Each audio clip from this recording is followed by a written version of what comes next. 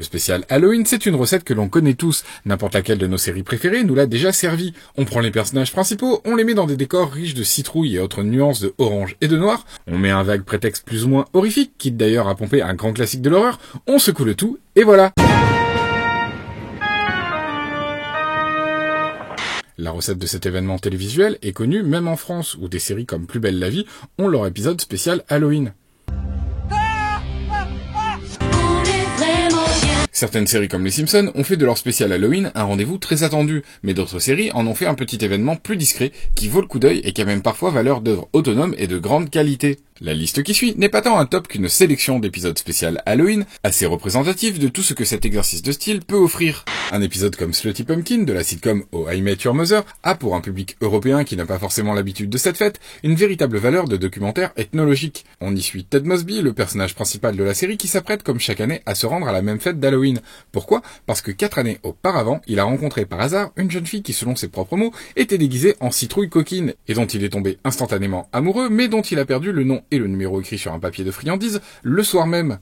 L'épisode n'a rien d'horrifique, mais en plus d'une intrigue bien menée, et ce suffisant à elle-même, l'histoire nous permet de découvrir en toile de fond la façon dont cette fête est perçue aujourd'hui par les Américains, à savoir une bonne occasion de faire une fête bien arrosée, qui ne laisse que très peu de place aux inhibitions, et où les costumes de succubes tentatrices sont pour ainsi dire des uniformes. Et une succube tentatrice, on en rencontre d'ailleurs une bien particulière dans les 2 épisodes d'Halloween spéciaux de L'homme qui tombe à pic. L'homme qui tombe à pic, ou The Fall Guy en VO, est une série policière diffusée entre 1981 et 1986, racontant les enquêtes et les aventures plus ou moins policières d'un cascadeur interprété par Lee Major. Le ton général de cette série d'action était plutôt tourné vers la comédie. Dans les 2 épisodes, appelés le 31 octobre et le 32e jour d'octobre, le héros et son équipe se retrouvent à devoir résoudre des affaires étranges ou à passer une nuit dans une maison hantée par un fantôme qui aime bien picoler. Le tout en compagnie d'un casting tout droit sorti d'une comédie horrifique des 80s. Et cerise sur le gâteau, Cassandra Peterson dans son rôle fétiche de Elvira, et ce 6 ans avant son premier long métrage officiel. Elvira, Mistress of the Dark. Ce genre d'épisode d'Halloween est un exutoire pour les auteurs, qui se permettent de jouer la carte du surnaturel et de casser la routine des spectateurs le temps d'un frisson enfantin, ou spooky comme on dit dans la langue de Walt Disney.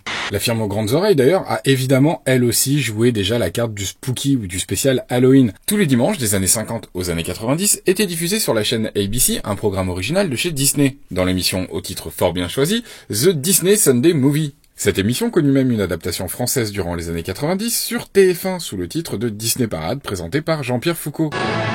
Eh bien, bonjour à toutes et à tous, bienvenue dans la bibliothèque de ce château magnifique ici à Euro Disney. En 1986 aux US et en 1991 en France, l'émission propose dans un montage de 45 minutes, un peu approximatif, le pilote d'une série abandonnée et transformée en téléfilm événementiel qui va traumatiser toute une génération de jeunes spectateurs. Monsieur Bougedi, rebaptisé en France, Fantôme pour rire. Le film suit les aventures d'un père de famille, vendeur de farces et attrapes et sosie de Roland McDan. Pour ceux qui ne savent pas qui est Roland McDan, c'est un comique ayant eu son heure de gloire en France dans les années 80 en faisant ça. Bref, le vendeur de farces et attrapes s'installe avec toute sa famille dans la jolie ville de Luciferville, le tout dans une maison hantée qui lui a été vendue par un agent immobilier loufoque joué par John Austin, l'interprète de Gomez Addams dans La Famille Addams version série télé de 1964.